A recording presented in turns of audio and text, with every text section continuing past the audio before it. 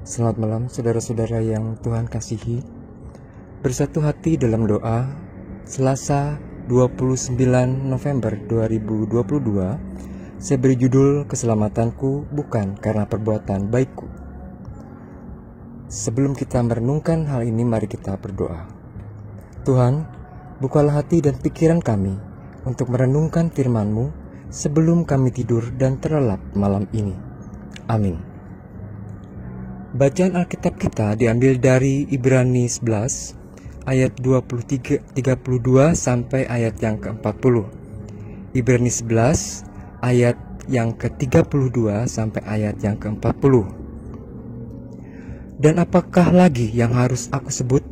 Sebab aku akan kekurangan waktu apabila aku hendak menceritakan tentang Gideon, Barak, Simson, Yefta, Daud, dan Samuel, dan para nabi yang karena iman telah menaklukkan kerajaan-kerajaan, mengamalkan kebenaran dan memperoleh apa yang dijanjikan, menutup mulut singa-singa, memadamkan api yang dahsyat.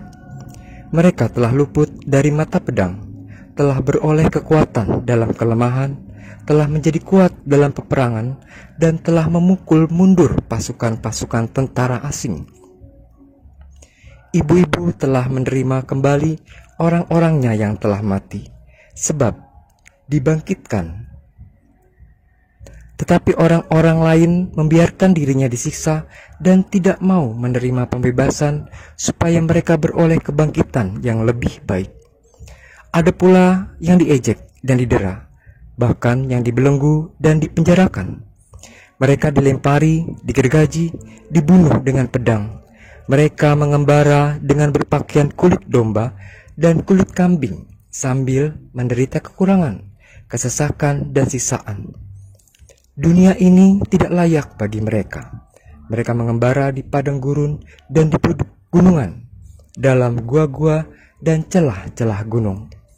Dan mereka semua tidak memperoleh apa yang dijanjikan itu, sekalipun iman mereka telah memberikan kepada mereka suatu kesaksian yang baik.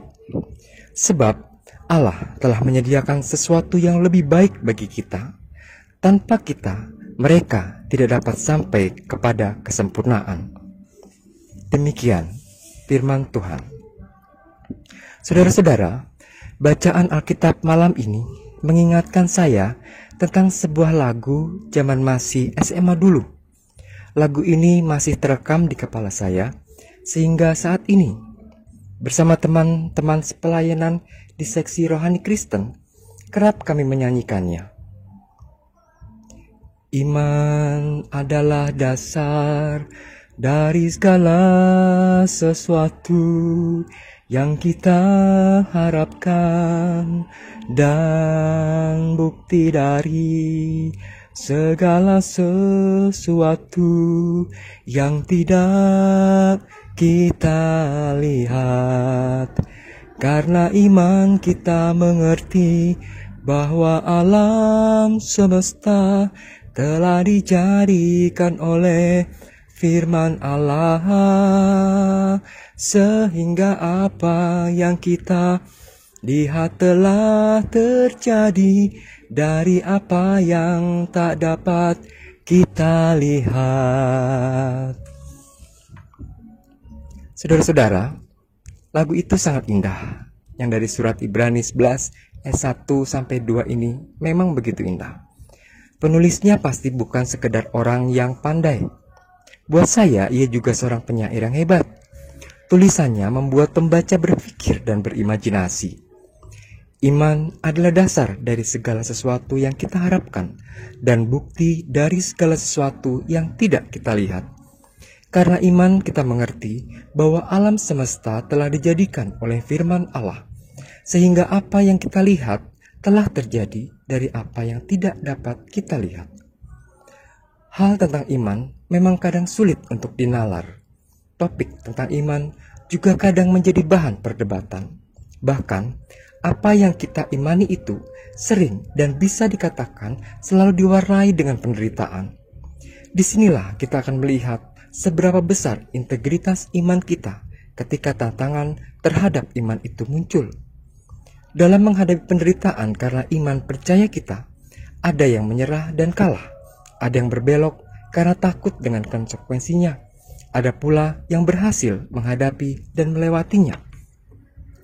Penulis Ibrani ingin mengajak kita untuk mengingat bahwa tantangan terhadap iman kita itu bukan hanya kita yang mengalaminya. Sejak dahulu, sejak perjanjian lama, tantangan terhadap apa yang kita imani sudah ada. Dalam Alkitab ada begitu banyak kisah yang menceritakan kehebatan para tokohnya. Mereka memberikan contoh keteladanan iman saat menghadapi tantangan dan penderitaan, kesulitan dan kelemahan. Penulis menyebutkan beberapa tokoh seperti Nuh, Abraham, Ishak, dan Musa yang menunjukkan teladan iman mereka.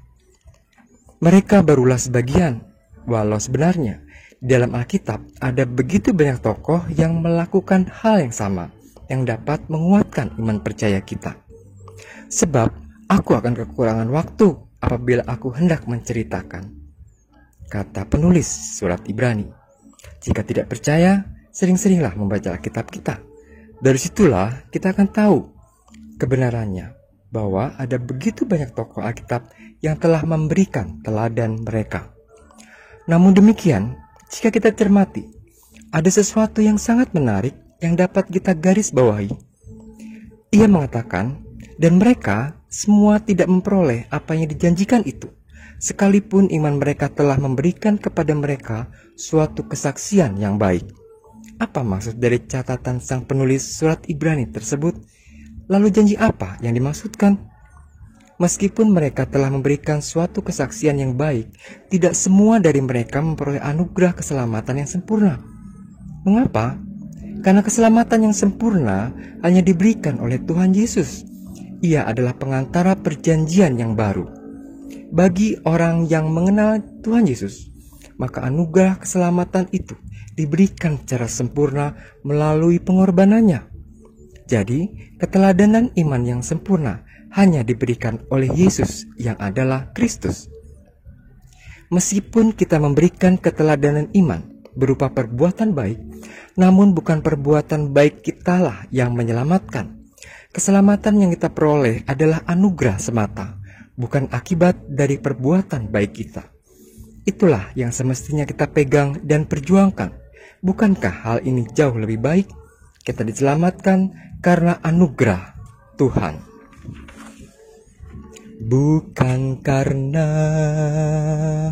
kebaikanku, bukan karena fasilitasku, bukan karena kekayaanku, ku dipilih, ku dipanggilnya. Amin. Mari kita berdoa. Bapa yang baik, kami bersyukur telah diingatkan bahwa bukan perbuatan baik yang menyelamatkan kami. Keselamatan kami adalah anugerah dari Tuhan semata. Mampukan kami untuk setia dan bertekun dalam anugerah keselamatan yang Engkau berikan, dan memberitakan tentang anugerah keselamatan itu bagi setiap orang. Dalam kasih-Mu yang akan terus melingkupi kami sepanjang tidur kami malam ini. Amin.